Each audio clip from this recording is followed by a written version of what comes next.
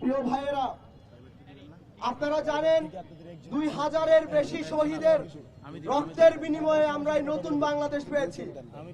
এই নতুন বাংলাদেশে এখনো কেন বিপ্লবীদের রক্ত ঝরে? আজকে প্রশাসনকে সেই উত্তর দিতে হবে।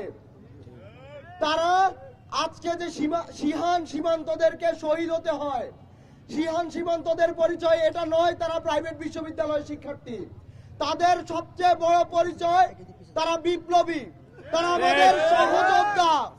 আমাদের সহযোদ্ধারা যারা এই দেশকে ফ্যাসিবাদ মুক্ত করার জন্য রক্ত দিয়েছে, তাদেরকে কেন এই স্বাধীন বাংলাদেশে আবার রক্ত দিতে হবে? প্রশাসনকে এটি স্পষ্ট করতে হবে। আমাদের যারা শহীদ, আমাদের যারা বিপ্লবী, সেই বিপ্লবীদের এই সরকার কি নিরাপত্তা দিতে পারবে কিনা? যদি আজকে